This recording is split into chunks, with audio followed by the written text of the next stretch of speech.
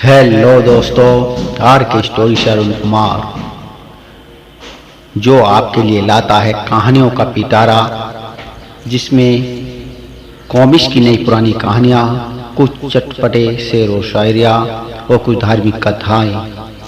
आप सुन रहे हैं धार्मिक कथाओं में शिव महापुराण।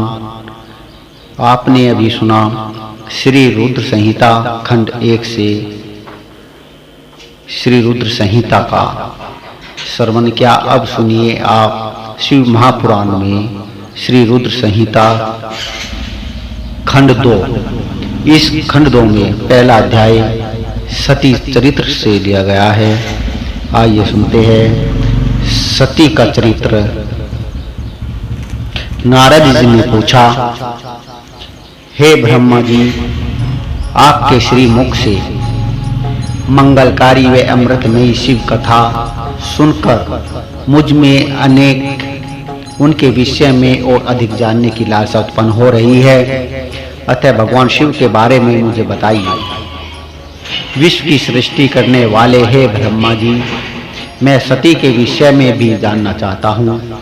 सदा शिव योगी होते हुए एक स्त्री के साथ विवाह करके गृहस्थ कैसे हो गए? उन्हें विवाह करने का विचार कैसे आया? जो पहले दक्ष की कन्या थी, फिर हिमालय की कन्या हुई, वह सती पार्वती किस प्रकार शंकर जी को प्राप्त हुई? पार्वती जी ने किस प्रकार घोर तपस्या की और कैसे उनसे विवाह किया? कामदेव को भस्म करने देने वाले भगवान शिव शंकर के आधे शरीर में वे किस प्रकार स्थान पा सकी? उनका अर्धनारी स्वरूप क्या है?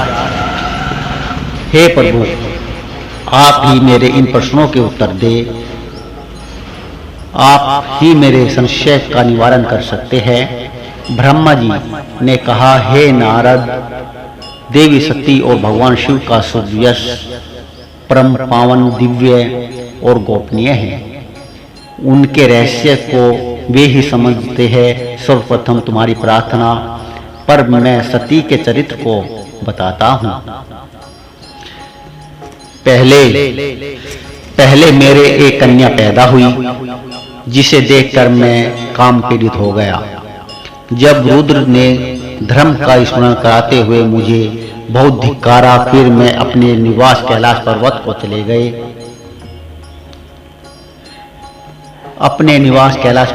को चले गए। उन्होंने मैंने समझाने की कोशिश की, परंतु मेरे सभी प्रयत्न निष्फल हो गए। तब मैंने शिवजी की आराधना की। शिवजी ने मुझे बहुत समझाया, परंतु मैंने हठ न छोड़ा और फिर रुद्रदेव को मोहित करने के लिए शक्ति का उपयोग करने लगा।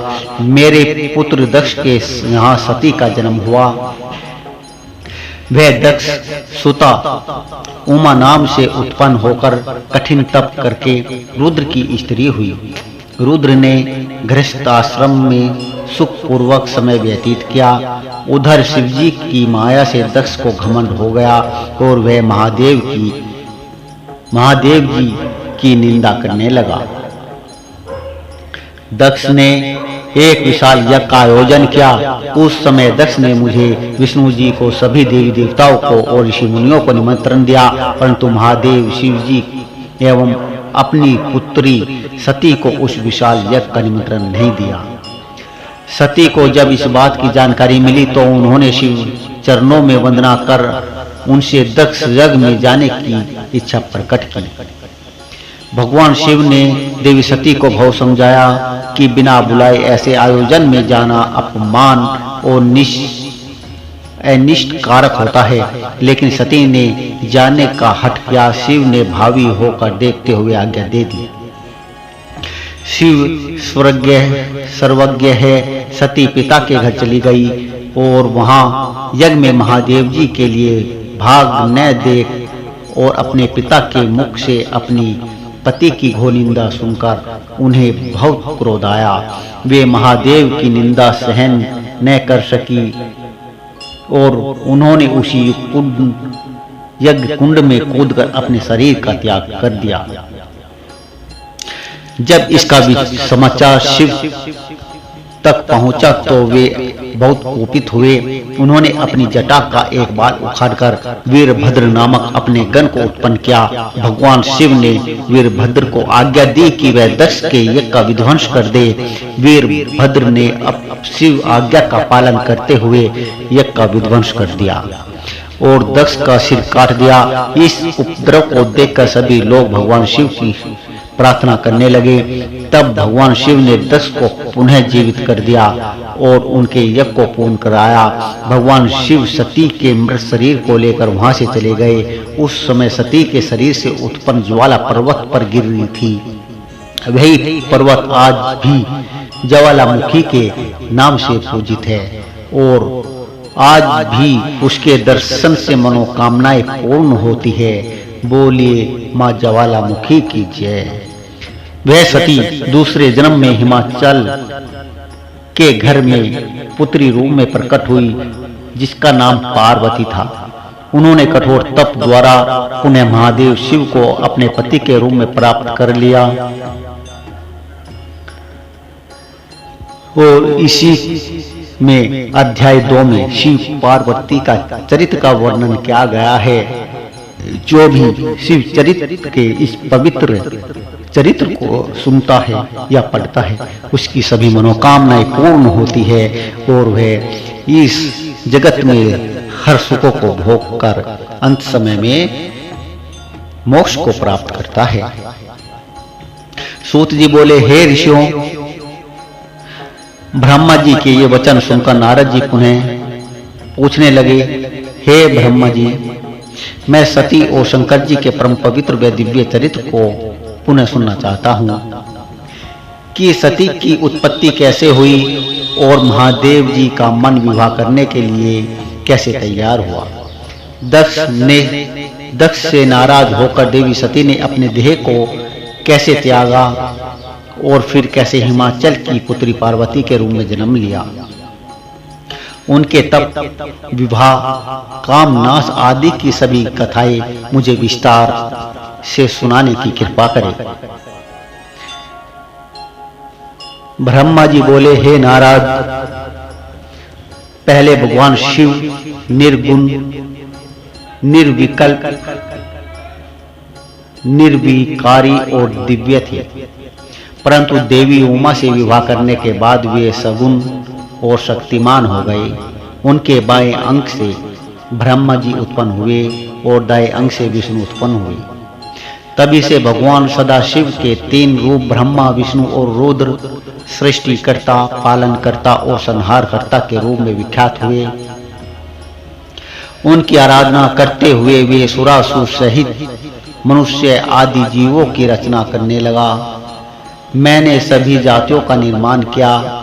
मैंने ही मरीच, अत्रि, फुले, पुलस्त्य, अंगिरा, क्रेतु, वशिष्ठ, नारद, दक्ष और भृगु की उत्पत्ति की और ये मेरे मानस पुत्र कहलाए।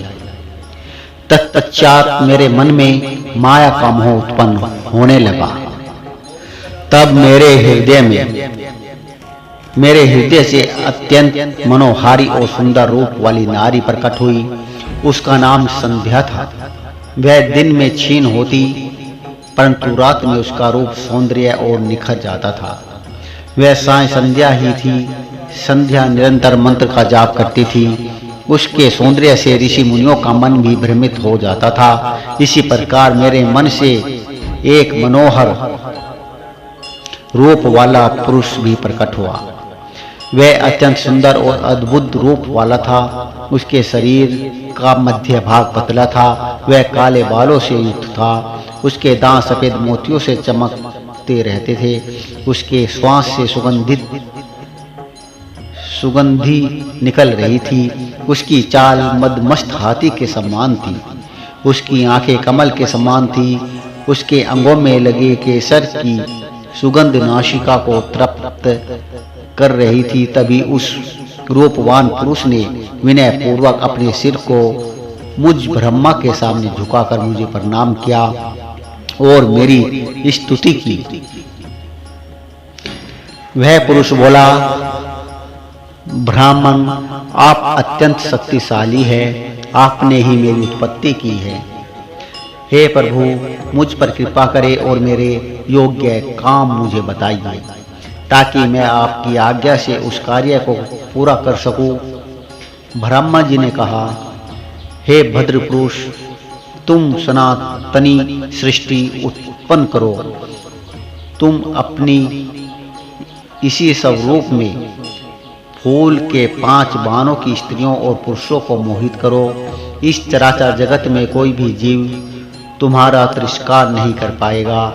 तुम छिपकर प्राणियों के हृदय में प्रवेश करके सुख का हेतु बनकर सृष्टि का सनातन कार्य आगे बढ़ाओ।